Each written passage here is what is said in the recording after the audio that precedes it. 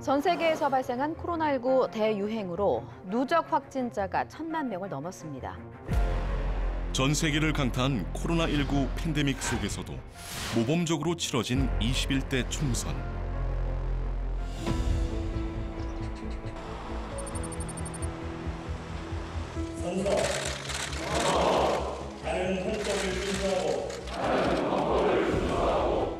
코로나19 방역과 경제 난국을 해결하기 위해 21대 국회의 역할은 어느 때보다 중요했습니다. 저는 국회의장으로서 이 자리에 계신 300명 국회의원 한 분 한 분과 함께 나라다운 나라, 국회다운 국회를 만들기 위하여 헌신할 것이라는 것을 다시 한번 다짐합니다. 21대 국회는 엄중한 국민의 명령에 응답할 책임이 있습니다. 역사를 도래하면서 오직 국민을 생각하는 국회가 되어야 합니다. 내일을 여는 국민의 국회, 21대 국회의 나침판으로 삼겠습니다.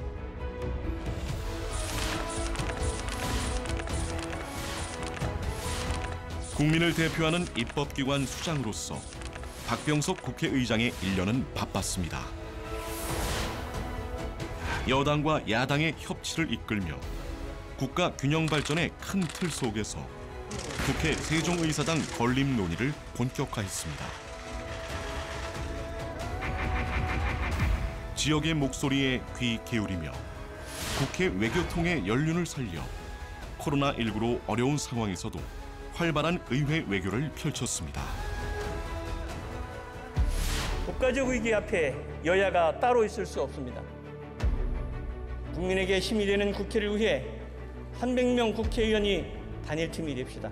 변화의 종착역은 내일을 여는 국민의 국회입니다.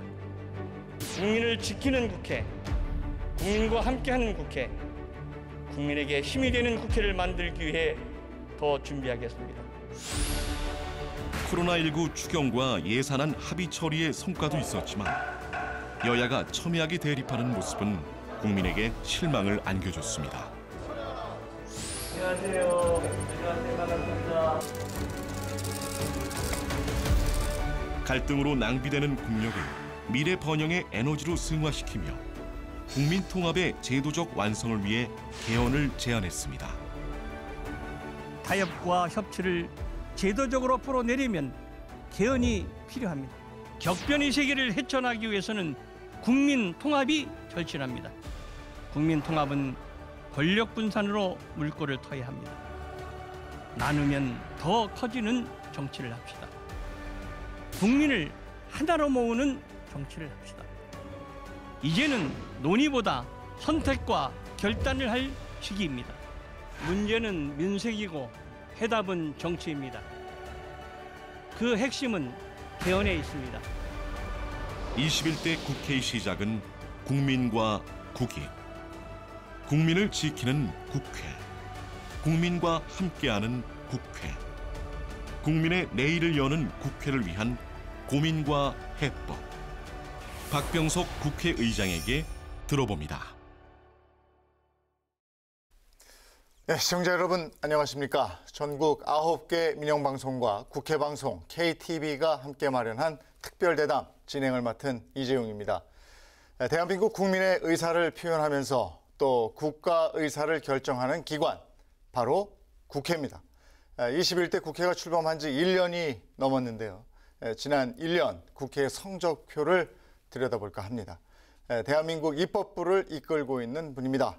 21대 국회 박병석 전반기 의장 모셨습니다. 어서 오십시오. 예. 함께 얘기 나눌 분입니다. TJB 김성민 서울방송센터장 함께합니다. 어서 오십시오. 네, 안녕하십니까. 지난 6월 5일에 국회의장 선출이 됐고 국회의장이 되셨습니다. 1년하고 한 달이 넘는 기간인데 어느 때보다도 참 바쁘게 1년을 보내지 않으셨을까 싶은데 의장님 소개하는 VCR, 또 국회를 소개하는 VCR이 있었습니다. 어떻게 보셨습니까? 예, 참 숨가쁘게 달려왔구나. 그리고 무엇보다도 코로나하고 무더위로 고통을 받는 국민들에게 위로의 말씀을 다시 한번 깊이 드려야 되겠구나 하는 생각을 했고요. 그 위기의 강을 어떻게 무난하게 건너갈 수 있도록 국회가 국민에게 힘을 줄 수 있느냐 하는 것이 제가 골똘했던 화두였고요. 그것을 위해서는 우선 여야 간에 소통이 필요하다. 예, 소통이 되면 서로 공감대를 이룰 수 있고 공감대가 마련되면 합의에 이룰 수 있다는 생각 아래 많은 그 소통의 창구를 만들기 위해서 노력했고 또 일정한 성과가 있었다. 특히 그 국민들이 가장 관심을 갖는 예산 문제가 여야의 합의대로 그리고 법정 시한 내에 통과한 것은 6년 만의 일이고요. 네. 그리고 이 추경에 있어서도 제 첫 추경을 정해놓고는 모두가 여야가 합의대로 순조롭게 된 것은 참 다행스럽다고 생각합니다. 네. 예. 그러니까 의장님은 21대 국회 최다선 의원이시지 않습니까? 의장님 하면 생각나는 말이 한결같은 사람 이런 말도 생각이 나는데요. 그러니까 2000년 16대 총선 이후에 그 대전 서구갑에서 내리 육선을 하셨고요. 20년 넘게 의원 생활하시면서 그 잊을 수 없는 또는 기억에 남는 장면이 있다면 좀 어떤 거를 꼽으실 수 있을까요? 예, 우선 대전 시민들에게 깊은 감사의 말씀을 드리겠습니다. 제가 국회에서 국민과 나라를 위해서 일할 수 있는 길을 주신 것은 우리 대전 시민들이죠. 제가 정치를 시작할 때 크게 세 가지를 항상 마음에 두었습니다. 서민과 약자의 편에 서겠다. 그리고 망국적인 지역 감정의 구도를 깨겠다. 남북 화해와 평화의 길을 열겠다 하는 것이 제 목표였는데 그것을 향해서 달려왔고요.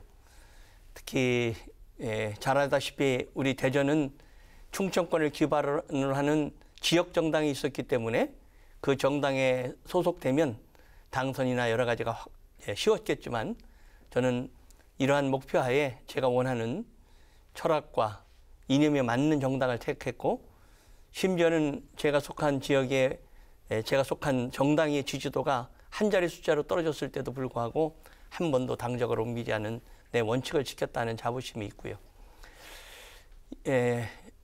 20여 년의 국회의원 생활 중에서 기억에 남는 것은 두 번의 대통령의 탄핵이죠. 노무현 대통령 탄핵, 실패한 탄핵이고 그것을 막기 위해서 저희가 국회에서 밤을 새우고 투쟁했던 기억이 새롭고요. 또 박근혜 대통령의 탄핵 이것이 남습니다만 제가 가장 또 제 마음속으로 감격스러웠던 것은 2005년에 행복도시법이 통과됐습니다. 지금의 세종시법이죠. 그 법이 될 때까지 수많은 사람들이 삭발하고 단식하고 투쟁했고요. 충청도뿐만 아니라 전국에 뜻있는 시민들이, 국민들이 국가의 균형 발전에 꼭 필요하다 하는 것을 투쟁했고 그것을 이뤄냈습니다. 제가 당시에 집권당의 실행정수도 특별위원장도 했고 또 제가 국회의장이 되기 직전까지 세종국회 이전 특별위원장을 전 이해찬 대표하고 공동으로 맡은 바가 있습니다. 그것이 됨으로써 국가 균형 발전에 기초가 되는 세종시에 기틀을 놓았다 하는 자부심이 있습니다. 네. 21대 국회는 여야 의석수 차이가 많이 납니다. 협치가 강조됐지만 첨예한 갈등 피할 수 없었는데 앞서서도 소통, 공감, 합의 이런 내용을 강조해 주셨습니다. 소통을 위해서 의장님이 애 많이 쓰신 걸로 알고 있는데 이 부분 한번 짚어볼까요? 예, 초기 단계에는 국회가 국민의 기대에 크게 못 미쳤죠. 특히 원구성 협상에서 그런 것에 못 미쳤는데 당시의 상황은 비상 상황이었습니다. 코로나 위기가 본격화되면서 직장을 잃는 사람, 가정이 무너지는 위기적 상황에다가 경제가 어려워졌고요.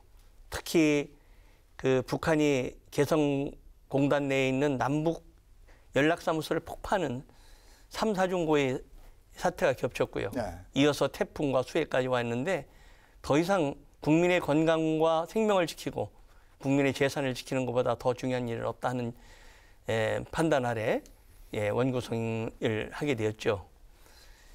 저는 이 상임위 문제에 이렇게 원만하게 되기 위해서는 의석수의 차이가 큰 것을 커버하기 위해서는 정부와 여당 사이의 관계도 명백히 규정되어야 된다고 생각했습니다.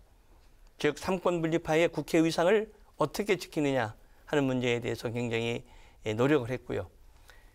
전임 총리와 현 총리에게 제가 당부를 한 것이 있습니다.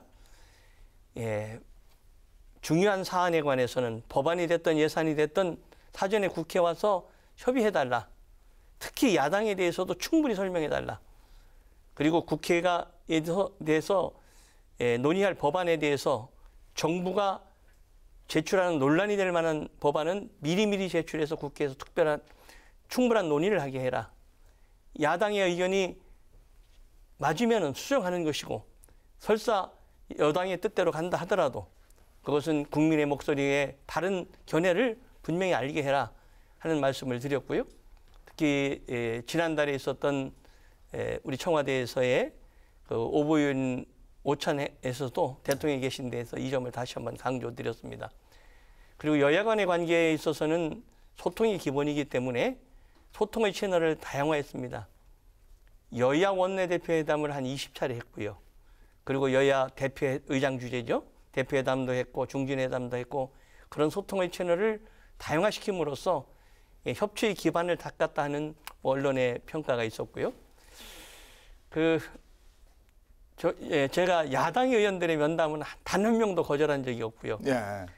요즘 저에게 전화를 제일 많이 하는 것이 초선 의원들입니다. 예. 그분들이 제가 보면 의장하고 상의 안 해도 될 만한 일들을 전화해 주시는데 한 번도 제가 사행한 적이 없어요. 제가 국회 처음 들어왔을 때 16대 국회 초선 때 당선되자마자 이제 국회에서 여당의 대변인을 했어요. 대변인은 그때는 단 한 명밖에 없었고요. 한 달에 한 2번쯤 대통령 주재하에 청와대에서 장정회를 하고 할 때니까 굉장히 영향력이 있는 대변인이었죠. 저는 그때 4년 동안에 국회의장실을 한 번도 못 가봤습니다. 예. 아마 우리 이번 국회 초선 의원 중에 반 정도는 국회의장실에 와서 다녀갔거나 차를 한 잔씩 마셨을 겁니다. 또 하나 대한민국에서 가장 민감한 것 바로 부동산이 아닌가 싶은데 LH 직원들의 땅 투기 의혹이 터지면서 국민적 공분이 일었고 국회의원 부동산 투기 의혹 전수조사도 진행이 되고 있습니다. 국회의원 이해 충돌 방지를 위한 국회법 개정안 의장님이 직접 운영위원회에 제출하셨고 본회의를 통과했습니다. 개혁안의 핵심이 뭔지 한번 말씀을 해주실 필요가 있을 것 같습니다. 예, 이제 국회 법을 통과시키는데 의원들이 10명이 합의해서 제출하는 의원 제출 법안이 있고 정부가 제출한 법안이 있죠. 국회의장은 의견 제시 형태로 단독으로 법률안과 비슷한 효력을 발행하는 의견 제시를 할 수 있습니다. 그래서 국회의장 의견 제시를 통해서 2가지를 제시했습니다. 대전제는 국회의는 나라 전반의 국정을 다루는 사람이기 때문에 많은 정보를 가질 수 있습니다. 네. 국회의원이라는 분들이 내부 정보를 이용해서 개인의 이득을 취하거나 특히 부동산 문제에 접근하는 것은 이건 있을 수 없는 일이라는 것이 대전제고요. 네. 그것을 하기 위해서 2가지 조치를 취했습니다. 우선 당선되면 자기 본인과 직계 존비속에 관한 재산 상황, 부동산 상황을 포함해서 모두 신고를 해라.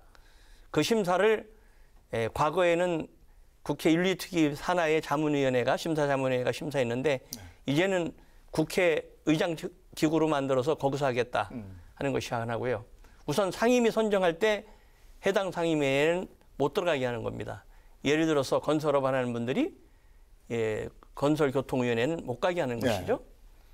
그래서 그런 것을 피했는데 이 사안은 복잡하기 때문에 어떤 경우는 내가 피해서 다른 상임위에 왔지만 또 내 이해관계가 겹치는 분야가 있을 경우는 자진 신고해서 회피해라. 그 사안에 관해서는 내가 이런 이해관계가 충돌되기 때문에 내가 이 사안에 대해서 논의하지 않겠습니다. 네. 하는 자진의 피해를 해라. 그것을 우리 심사위원회가 심사하고 그 결과를 교섭단체의 대표과 의장한테 보내겠다는 것이죠.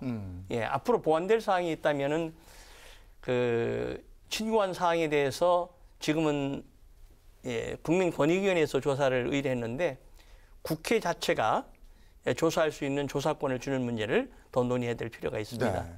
영국에 이제 그런 감찰관 제도가 있습니다.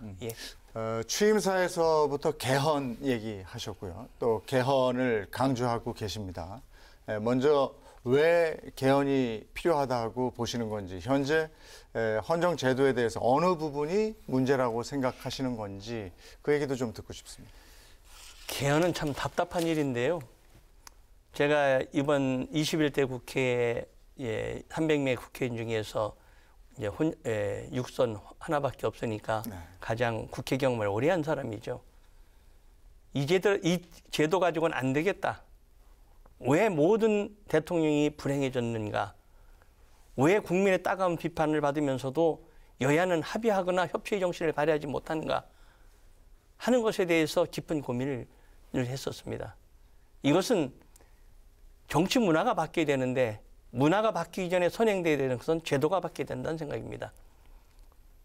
특히 대통령에게 너무 많은 권력이 집중돼 있고 그 집중력에 따른 과도한 책임을 또 져야 되는 문제가 생기는 것이죠.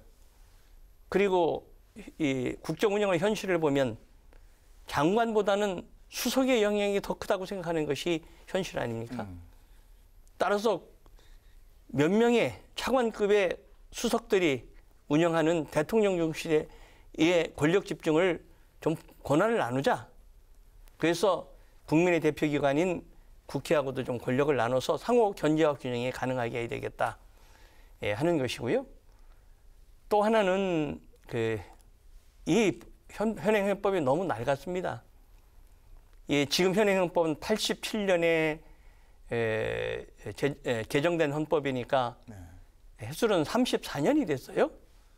근데 대한민국이 첫 헌법을 제정한 게 48년인데 87년까지 9번의 개헌을 했습니다. 그러니까 40년 동안 9번 개헌을 했으니까 4년 남짓마다 한 번씩 개헌한 거죠. 근데 무려 34년이 지난 지금까지 한 번도 고치지를 않았습니다. 그 사이에 우리 전 세계나 국가는 사회는 엄청난 변화를 가져왔습니다. 예를 들면 87년 헌법 제정 때 국민소득이 3,000불 남짓이었습니다. 지금 3만 불이 넘었습니다. 그 당시는 초기 산업화 단계였는데 이미 산업화 단계를 넘어서 정보화 단계를 거쳐서 제4차 산업혁명 시대에 가지 않겠습니까? 모든 것이 이 국가와 국민의 큰 틀을 다루는 헌법이 이것을 담아낼 수가 없는 겁니다. 예를 들어서 지금 강조되는 기후위기 문제, 환경의 문제, 그 다음에 인간답게 살 권리의 문제, 생명 존중의 문제, 또 중앙 집권적인 행태를 어떻게 지방하고 권력을 분산시키냐 하는 소위 지방 분권의 문제, 이런 문제를 다룰 시점이 이미 넘어섰다. 이것을 고치지 않고서는 또 다시 협치의 문제가 나오고 승자 독식의 문제가 나오기 때문에 반드시 헌법을 고치는 것만이 앞으로 국민에게 신뢰받는 국회 정치 제도를 마련할 수 있다는 게 제 신념입니다. 그러니까 의장님께서 생각하시는 개헌 방향도 굉장히 중요할 것 같은데요. 얼마 전에 그 재헌절 경축사에서 승자 독식의 정치 구조하고 선거 제도가 갈등의 뿌리라고 언급을 하셨지 않습니까? 개정되는 헌법에는 좀 어떤 내용을 담아야 할까요? 굉장히 민감한 문제인데요. 이 문제는 기고가 생기면 거기서 구체적으로 논의할 생각입니다만은 무엇보다도 대통령의 권한을 집중된 권한, 소위 제왕적 대통령제라고 하는 권한을 분산시켜서 상호 견제와 균형이 가능해야 되겠다 하는 문제. 그 다음에 국무회의가 심의기구가 아니라 의결기구가 되는 문제. 또 궁극적으로는 총리의 선출 문제가 있을 겁니다. 권력을 국회와 대통령이 나눈다면 총리를 국회가 복수 추천을 하거나 선출권을 갖는다면 실질적인 국무위원 장관의 제청과 임면, 면직이 가능할 수 있는 권한을 갖게 되는 것이죠. 그런 견제와 균형의 원리를 함께 도입하면 좋겠다는 것이고요. 그리고 이 87년 체제가 주로 자유권적 기본권, 소위 개인의 자유, 그 다음에 권력으로부터의 자유, 이게 집중했다면 이제는 생명이 존중되고 지속 가능한 지구를 위해서 환경이 존중되고 하는 이러한 생명권, 안전권, 환경권들을 명실공히 보장해야 되겠다 하는 문제가 있고요. 그리고 기후변화 협약을 어떻게 답을 거냐. 그리고 바로 중앙 권력과 지방 권력을 어떻게 배분해서 소위 지방 자치를 명실공히 활성화시킬 것이냐 하는 그런 문제들을 다룰 수 있다고 생각합니다. 그동안 개헌 주장하는 사람도 많았고 또 개헌 논의가 없었던 것도 아니지 않습니까? 예. 그런데 그럼에도 불구하고 개헌 추진이 지지부진했던 이유는 뭐라고 생각하십니까? 뭐 냉정히 얘기를 하면 유불리죠. 특히 선거에서의 유불리입니다. 네. 한 가지 말씀을 드리면 대개 개헌안을 대통령이 최근에 제안했던 건 두 번이에요. 노무현 대통령과 박근혜 대통령. 근데 그분들은 임기 말년에 제안을 하셨어요. 그렇기 때문에 그 호응을 별로 얻지 못했고 네. 국회의 분포도 그랬었고요.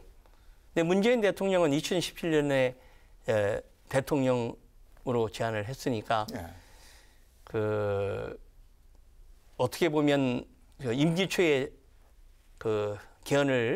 안을 낸 최초의 대통령이 됐는데 당시 국회가 논의도 하지 않고 폐기시켰죠. 그때 제가 야당의 지도자들을 만나면서 이번 기회에 우리 개헌하자. 그랬을 때 그분들이 이렇게 얘기를 했습니다. 그게 3월 대통령이 제출한 게 3월이고 지방선거가 6월에 있었는데 지금 개헌 문제를 논의하면 우리 이정부 심판론 가지고 선거 치러야 되는데 다 묻혀가지고 지방선거가 여당이 유리하게 되는 거 아니냐. 그러면서 저보고 다음에 국회의장 하실 테니까 그때 하십시오 이러시더라고요. 네. 근데 지방선거의 결과는 완전히 거꾸로 나타났습니다. 그렇게 주장했던 야당이 참패하고 여당이 압승을 했습니다. 정치라는 게 항상 제가 얻은 결론은 단기적인 유불리에 집착하지 말고 무엇이 국가와 국민을 위해서 옳은 것인가 하는 입장을 분명히 할 때 후회하지 않는다. 그런 말씀 드리겠고요. 특히 여기서 개헌과 맞물려서 중요한 것 중에 하나는 선거법 제도입니다. 지난번 연동형 비례대표제, 위성정당 다 실패하지 않았습니까?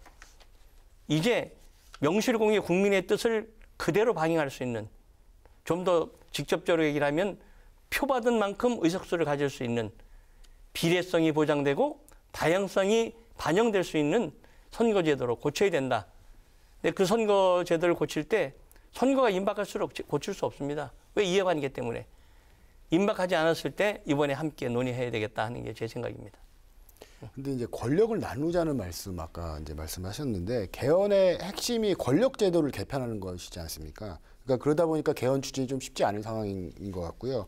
그래서 이제 공감대가 형성된 부분, 그러니까 지방분권이나 자치분권이라도 먼저 개헌을 추진하는 게 어떠냐 이런 얘기도 있는데 현실적으로 좀 이런 게 좀 어떤가요? 어려운 부분인가요?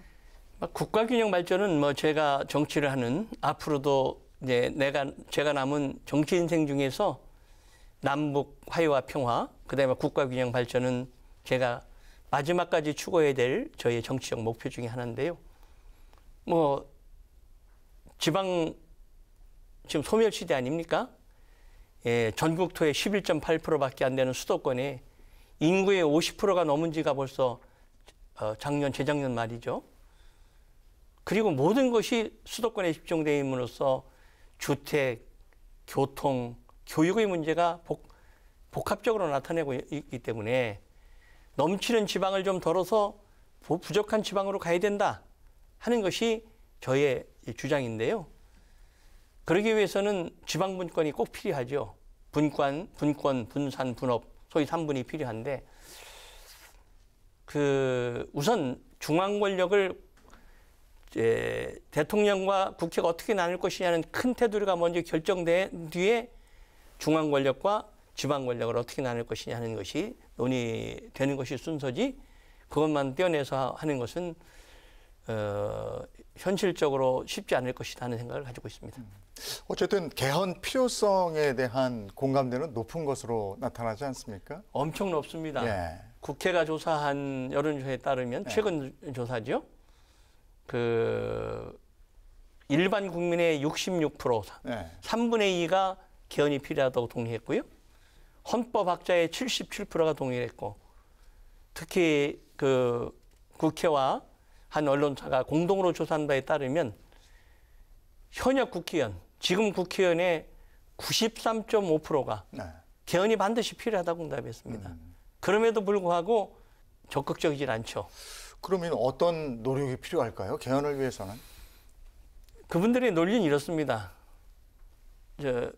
임기 초에 그 개헌을 논의하는 것은 임기 말에 논의하는 것보다 훨씬 어렵습니다.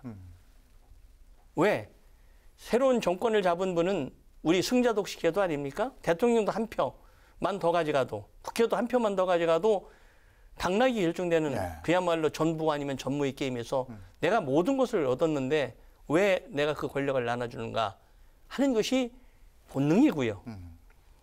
또 막상 처음 된 대통령과 그 집권 세력들은 야, 우리가 이제 새로운 국정을 맡았는데 추진해야 할 일들이 퇴상 같은데 개헌 문제를 논의하면 그것이 집중 조명을 받는 소위 블랙홀이 되기 때문에 국정 동력에 약화된다. 그런 주장을 하는 것이죠. 또 지금처럼 임기 후반기가 되면 대선이 몇 달 안 남았는데 또 대선에 영향을 미치려고 또는 정권 심판을 해야 되는데 개헌 문제가 논의되면 정권 심판 못하니까 이렇게 하면서 늦춰왔죠. 예, 여야가 두 가지 특기를 만들도록 의견을 모았습니다. 정치개혁 특위와 코로나 국복 경제 특위를 만들기로 의견을 모았는데 이 정치개혁 특위에서 헌법 개정 문제를 함께 논의하든지 아니면 헌법 개정 특위를 먼저 만드는 것이 순서인데요. 아직도 내년 대선에다 깊이 연결시키는 분들이 많이 있으시기 때문에 여기에 대해서는 과거의 예측이 다 틀렸다. 조금 전에 말씀해 드렸지만 3개월 앞으로 나가는 쥐자체에 자기들이 유리하다고 생각했지만 결과는 거꾸로 나타났다. 정치라는 게 저희 경험이나에 미쳐봐도 하루 앞에 이해관계를 떠나서 무엇이 올바른 길이고 무엇이 국가 국민을 위해서 장기적으로 올바른 길이냐의 판단하에 할 때 후회하지 않는다. 또 그것이 국민에 대한 공복의 도리다 그렇게 생각합니다. 지금 특위는 만들어 놓으셨지만 그 의장님 말씀처럼 내년에 대선이 있고 또 지방선거도 있고 줄줄이 있어서 글쎄 개헌 추진 일정이 어떻게 잡힐까 이 부분이 궁금한데 어떻습니까? 정치개혁 특위를 만들고 했는데 아직 출범을 못하고 있죠. 네. 그 이후에부터 그 합의한 뒤에 당내에서 여러 가지 의견이 나왔던 것 같아요. 이게 정치 지도자들에게 당부하고 싶은 것은 어려운 일을 하고 중요한 일을 할 때는 항상 비판이 있게 마련입니다.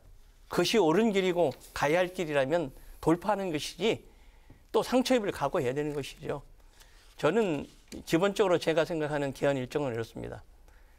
금년 내에 개헌 특위를 만들든지 또는 개헌 및 정치개혁 특위를 만들어서 개헌안을 논의하자. 근데 시간 많이 걸리지 않을 것이다. 왜? 작년에 임기가 끝난 20대 국회에서 이미 무려 1년 반 동안 심도 있게 논의했습니다.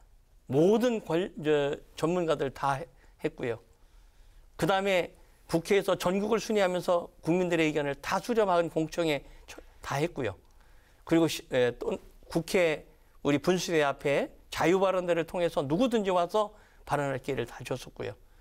상당 부분 이미 합의가 되어 있기 때문에 이제는 논의의 단계가 아니라 결단과 선택의 문제다. 저는 그렇게 생각하는 것이고요.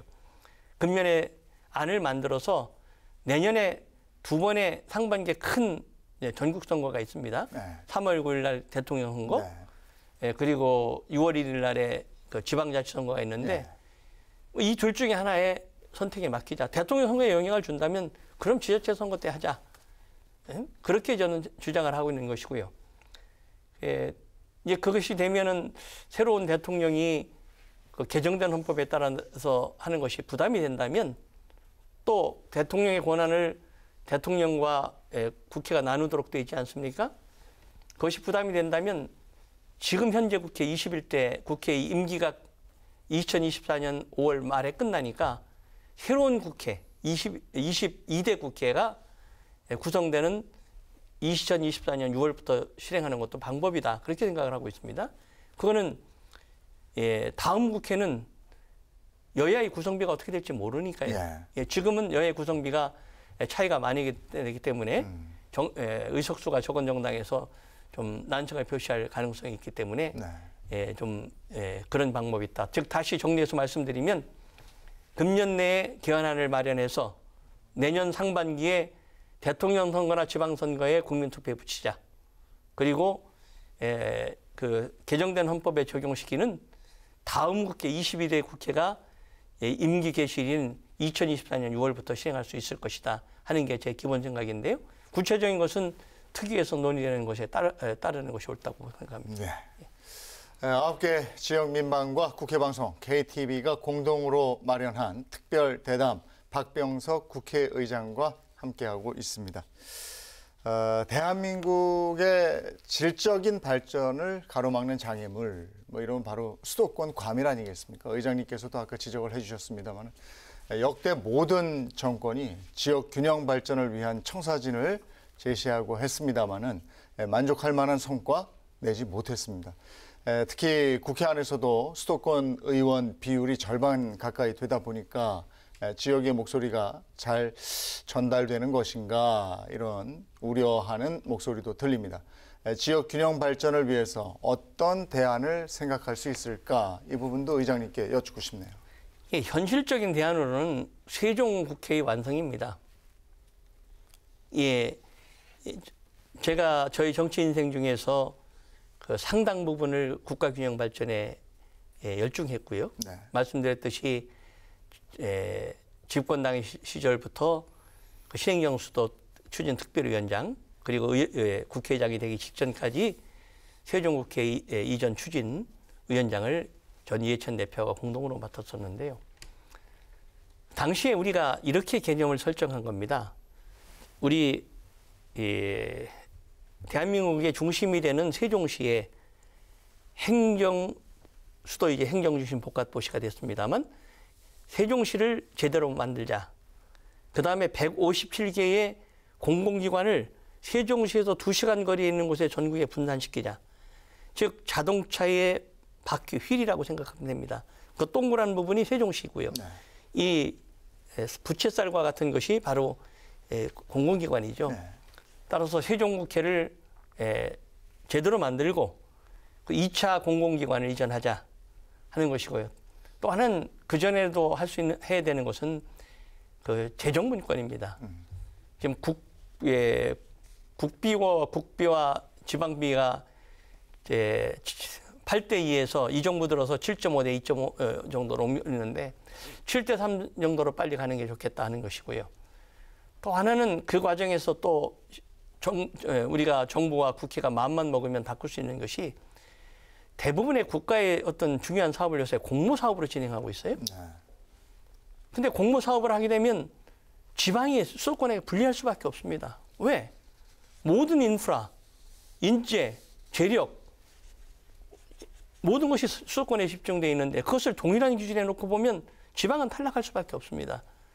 따라서 공모사업을 할 때 지역 안배를 하든지 아니면 지방에 가점을 줘서 동등한 기울어지지 않은 운동장에서 경쟁할 수 있도록 하라 하는 것이 제 주장입니다. 그러니까 좀 전에 이제 그 국회 세종의사당 완성을 언급을 하셨지만, 그러니까 말씀하신 것처럼 국가균형 발전의 큰 축은 맞습니다. 근데 그 해법 마련은 좀 쉽지 않은 상황인 것 같거든요. 그러니까 지난해 여야 합의로 그 설계비 147억 원을 마련을 했지만은 근거법인 국회법 개정안 여전히 공전 거듭하고 있고요. 그 6월 국회 처리 시한도 넘겼고 7월도 사실상 뭐 어렵다 이렇게 보는데 이걸 좀 분명히 좀 추진해야 할 부분인데 쉽지 않은 상황은 맞지 않습니까? 어떻게 추진하실 계획이신가요? 제가 많은 의원님들을 만납니다. 이것에 소극적인 의원님들 뭐 한 번이 아니라 몇 번도 만나고요. 또 여당, 야당 지도부를 따로 만나서 필요성을 강조를 하고 있는데 말씀하다시피 작년에 147억의 설계비를 여야 합의로 통과시켰어요. 물론 거기에는 단서 조항이 하나 있습니다. 법적 제도를 만든 뒤에 사업을 집행한다 이렇게 돼 있어요. 그 자체는 세종국회는 만들어라 하는 대전자에 147억, 14억도 아니고 147억을 준 겁니다. 그리고 여야의 다루는 운영의 소위원회에서도 6월까지는 하자 하는 게 있습니다. 근데 일부 의원들의 반대로 뭐 일부 정당에서 결심하지 못했어요. 이 문제는 더 이상 늦출 수 없고 저희의 의지도 확고합니다. 9월이 되면은 우리 정기국회에 무슨 국정감사도 해야지, 예산도 다뤄야지, 특히 대선 예비영선도 하면서 이게 묻힐 가능성이 있기 때문에 그러기 전에 통과시켜야 된다는 의지를 분명히 가지고 있다는 말씀을 드리고요. 이 문제에 관한 것은 국가균형발전이라는 대의에 따라야지 여야의 문제는 아니라고 봅니다. 혹시 뭐 그럼 직권상정 얘기도 있던데 그런 가능성은 없으신 거죠? 의장이 여야의 협치를 더 촉진하고 하는 것이 우선이지 그것을 의장이 직권상정을 미리 얘기할 때는 아니라는 말씀드리고요. 세종국회의사당은 국가균형을 발전을 위해서도 여야의 문제도 아니고 저도 확고한 의지를 가지고 있다. 정기국회가 본격화되기 전에 이 문제를 매듭짓자 하는 의지를 확고히 가지고 있다는 말씀드리겠습니다. 얼마 전에 취임 1주년 인터뷰를 하셨는데 갈등에 대한 얘기를 하셨어요. 이전에는 지역 중심 갈등이었다면 지금은 이제 세대 갈등, 또 젠더 갈등, 뭐 이렇게 갈등의 양상이 달라진 것 같습니다. 왜 이런 갈등이 부각된다고 보십니까? 갈등공화국이죠. OECD를 비롯한 각종 지표를 보면 대한민국은 OECD 국가 중에서 갈등의 지수가 최악인 나라 중에 하나입니다. 왜 이런 사태가 벌어지는가? 그것은 사회와 인구, 문화, 의식이 급격히 변화함에 따랐는데 우리 제도나 의식이 거기에 따라가지 못하기 때문이다 그런 것이고요. 그거는 바로 이 정의, 공평, 공정한 분배 이런 거와 함께 연결될 것이라고 생각합니다. 예를 들어서 세대 갈등을 따지면 젊은 세대들이 볼 때는 기성세대들은 정치, 경제, 사회의 모든 기득권을 가지고 있고 또 정년이 다 보장되는데 우리 젊은 세대들은 제대로 된 직장을 가질 수 없고 또 비정규직으로 가고 이것은 공평하지 않다. 우리의 기회가 공평하게 배분되지 않았다고 보는 것이고요. 또 연금제도 같은 경우는 현 세대가 이 부담을 왜 우리한테 떠넘기느냐. 공평한 분담이 아니다 하는 것이 있기 때문에 저는 노동개혁과 연금제도의 개혁 등 공평한 분배에 가야 된다고 생각합니다. 또 하나 정치권이 이런 갈등을 정치적으로 이용한다. 이런 비판의 목소리도 들립니다. 갈등을 해결하기 위해서 어떤 노력이 필요하겠습니까? 쉽지 않은 문제죠. 쉽지 않은 문제고 바로 정치가 이런 갈등을 해소하라고 생긴 게 정치입니다. 정치라는 게 그야말로 상반된 의견, 대립되는 의견을 함께 모아서 이 공감대를 도출해내는 것이 역할이죠. 마치 용광로와 같은 겁니다. 선철도 녹이고 고철도 녹여서 새로운 철을 뽑아내는 건데 그 기능을 못하고 있습니다. 제도적으로는 바로 승자독식의 제도고요. 또 기본적으로는 서로의 의식이 정권 쟁탈의 유불리에 연결시키는 것이죠. 저는 그것을 해결하기 위해서 국민통합위원회라는 것을 만들었습니다. 전직의 여야 국회의장이 공동의장을 맡고 그리고 여야 출신의 오랫동안 평가를 받은 의원, 전문가, 학계가 모두 모여서 이러한 갈등의 문제를 어떻게 해소하느냐 해서 정치, 경제, 사회 분야에 대해서 심도 깊은 지금 논의를 하고 있습니다. 그 결과를 뭐 빠르면 가을, 늦어도 연내까지는 국민에게 소상히 보고될 것이고요. 그것을 여야 지도부와 대선 주자가 결정되면 대선 주자한테도 직접 설명을 하고 그 의견을 조율하는 기회를 가질 생각을 갖고 있습니다. 네. 의장님께서 국민의 내일을 여는 국회 이런 말씀을 강조하셨어요. 그게 어떤 의미입니까? 이게 당장 중요한 것은 코로나로부터 이 의기를 어떻게 넘느냐는 의기의 강을 넘는 힘이 되는 국회가 되어야 되지만 이 현 정부는 코로나에 대응하고 당장 무너지는 경제를 되살리기 위하는데 열중할 수밖에 없는 것입니다. 그럼 이 코로나의 사태가 당초 예상보다는 달리 굉장히 오래 갈 것 같은 가능성이 있고요. 소위 코로나와 함께하는 시대, 위드 코로나, 아니면 코로나가 끝났을 때 새로운 세상이 전개될 텐데 그때 우리 대한민국은 어떤 길을 가야 될 것인가 하는 미래의 먹거리, 국민의 갈 길을 정하기에는 5년 단임 대통령제 가지고는 안 되겠다. 따라서 국회가 이 5년 단임 정부가 해결하지 못하는 기후 위기의 대응 문제, 저출생 고령화의 문제, 국민 통합의 문제 이런 것을 심도 있게 다루자 해서 경제인문사회연구회 이사장과 국가과학기술연구회 이사장이 공동의장을 맡는 국가중장기 아젠다위원회를 만들었고요. 거기에 제가 빠짐없이 참여하고 있습니다. 그것도 연내에 안을 만들어서 국민에게 소상히 보고 드리고 여야 지도부 그리고 대선 주자가 결정되면 거기에도 함께 의견을 나눌 생각입니다. 정치가 젊은 정치를 표방하면서 원외의 영선 또 30대 제1야당 대표가 탄생하지 않았습니까? 그러니까 기성 정치인에 대한 실망이 반영된 결과다 이런 생각도 드는데요. 그러니까 슬픈 현실이지만 정치인에 대한 신뢰도는 낮다 이런 평가도 있거든요. 국회가 국민의 신임을 받고 또 신뢰를 회복하기 위해서 좀 어떤 노력을 좀 해야 된다고 보시나요? 우선 개인 처신 잘해야죠. 품격 있는 국회의원이 돼야 되고요. 그 다음에는 공약을 제대로 지켜야 됩니다. 공약이 표를 얻는 수단이 돼서는 안 되죠.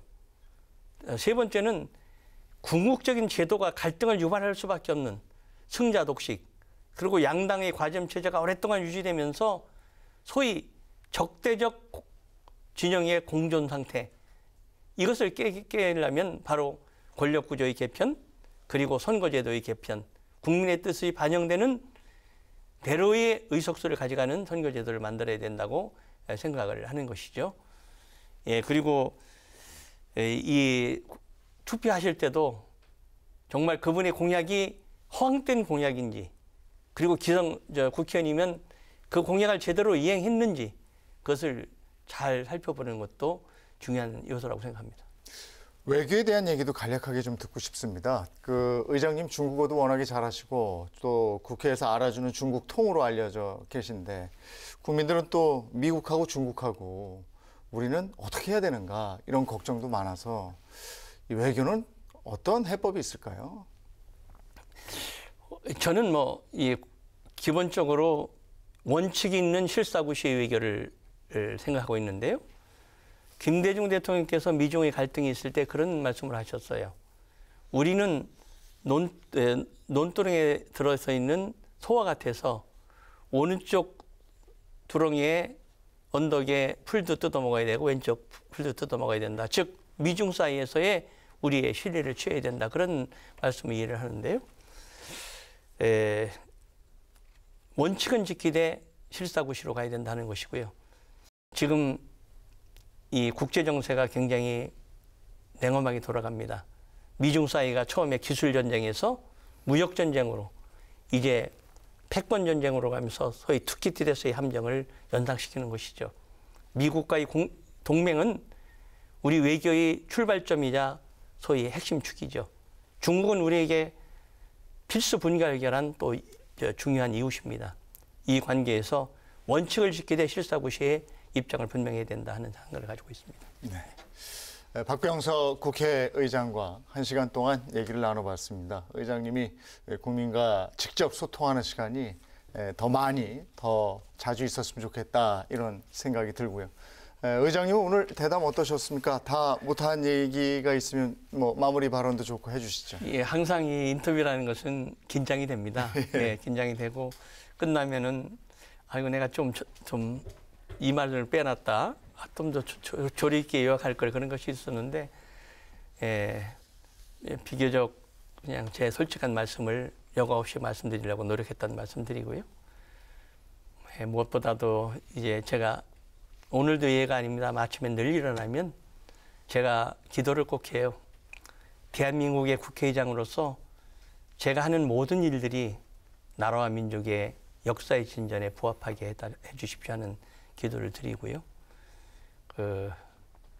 특히 지금 코로나와 무더위로 지쳐있는 고통스러운 국민의 고통을 덜어주십시오 하는 기도를 드립니다.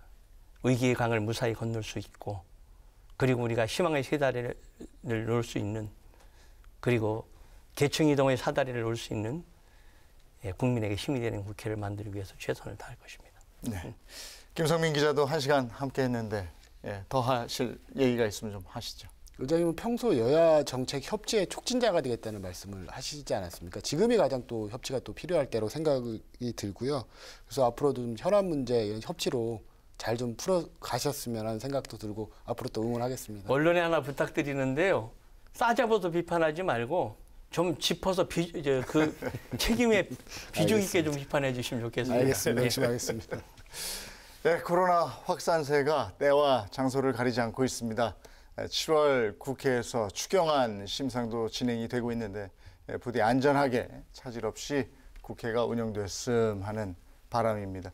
의장님 오늘 바쁘신데 자리해주셔서 고맙습니다. 예. 김성민 기자도 수고 많으셨습니다.